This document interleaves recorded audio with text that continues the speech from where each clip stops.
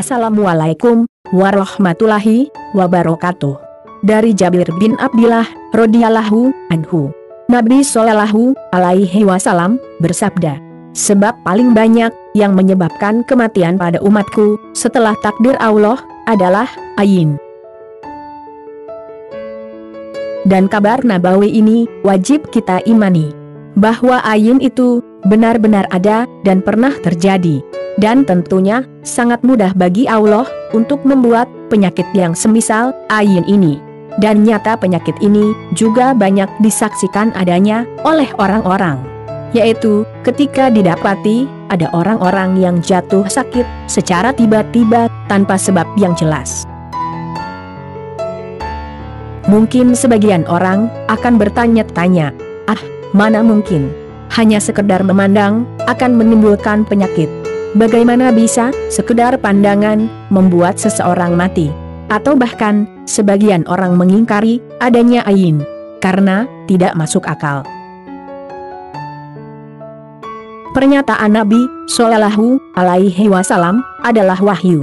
Akurasi kebenarannya tidak perlu diragukan.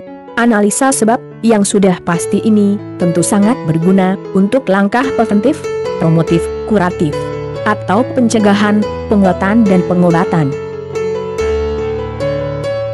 Hampir semua gejolak jiwa bisa menjadi bahan bakar ayin, baik gejolak positif maupun negatif. Gejolak positif seperti kagum, empati, angan-angan, gembira, dan gejolak negatif seperti hasad, prasangka, marah, sedih, malu, minder, takut, dan angan-angan. Yang keduanya, positif dan negatif itu bisa berpotensi mencelakakan, yaitu jika tidak disertai dengan zikrullah atau niat karena Allah, dan juga tidak dikawal dengan rambu-rambu syariah. Jika tersalurkannya melalui pandangan mata, maka itu disebut sebagai ain. Jika tidak melalui media mata, maka disebut nafs saja. Mari kita semua baca perlindungan kepada Allah dari nafs syar kita dan mentazkiyahnya. Bismillahirrahmanirrahim. Innal hamdalillah nahmaduhu wa nasta'inuhu wa nastaghfiruh wa na'udzubillahi min syururi anfusina wa min sayyiati a'malina. Segala puji bagi Allah, kami memujinya, memohon pertolongannya dan memohon ampunannya, dan kami berlindung atas kejahatan jiwa kami dan keburukan-keburukan amal kami. Lalu baca, Allahumma fatiros samawati wal ard, alimal ghaibi was syahadah, la ilaha illa anta, rabba kulli syai'in wa malikah, auzubika min syarri nafsi, wa min syarri syaitoni wa syirkih, wa an aktarifa ala nafsi su'an, aw ajurrahu ila muslim. Ya Allah, pencipta langit dan bumi, yang maha mengetahui perkara yang gaib, serta yang nampak, Rabb segala sesuatu dan pemiliknya. Tidak ada ilah yang berhak disembah, melainkan Engkau. Aku berlindung kepadamu dari kejahatan nafsku, dari kejahatan syaitan dan sekutunya, dan aku berlindung melakukan keburukan atas diriku, atau keburukan yang aku antarkan kepada seorang muslim. Allahumma ati anfusana taqwaha wa zakiha fa anta khairu man zakaha anta waliyuha wa maulaha. Ya Allah, berikan kepada jiwa kami ketakwaannya, bersihkanlah jiwa kami, dan Engkaulah yang mampu membersihkan dengan sebaik-baiknya. Engkaulah pelindung jiwa dan Engkaulah penguasanya. Cara mencegah agar pandangan kita tidak menimbulkan penyakit ayin. Berikut ini dari sisi orang yang memandang. Hadis-hadis menunjukkan bahwa untuk mencegah ayin adalah dengan tabrik atau mendoakan keberkahan. Misalnya mengucapkan barakallahu fik, semoga Allah memberkahimu, atau barakallahu lak, semoga Allah memberkahimu. Nabi Shallallahu alaihi wasallam bersabda,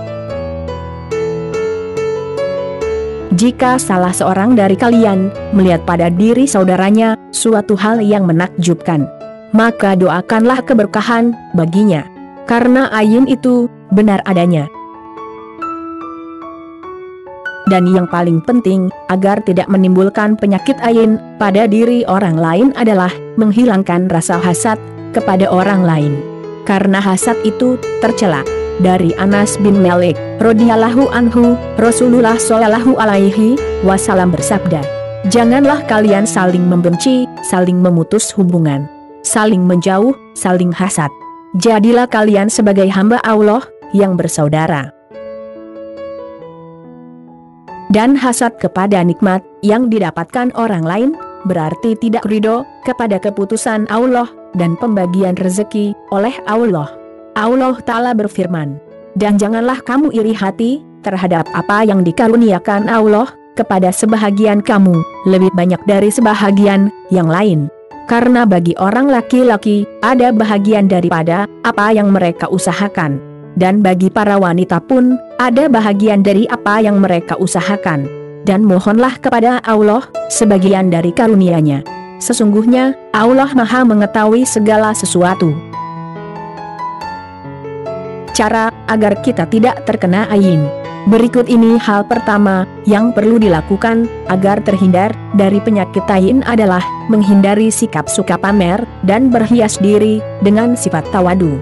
Rasulullah shallallahu alaihi wasallam bersabda, "Sungguh, Allah mewahyukan kepadaku agar kalian saling merendah diri, agar tidak ada seorang pun yang berbangga diri pada yang lain, dan agar tidak seorang pun berlaku zalim pada yang lain." Sebisa mungkin, hindari menyebut-nyebut kekayaan, kesuksesan usaha, kebahagiaan keluarga, juga memamerkan foto diri, foto istri atau suami, foto anak, dan hal-hal lain yang bisa menimbulkan iri dengki dari orang yang melihatnya, atau juga yang bisa menyebabkan kekaguman berlebihan dari orang yang melihatnya.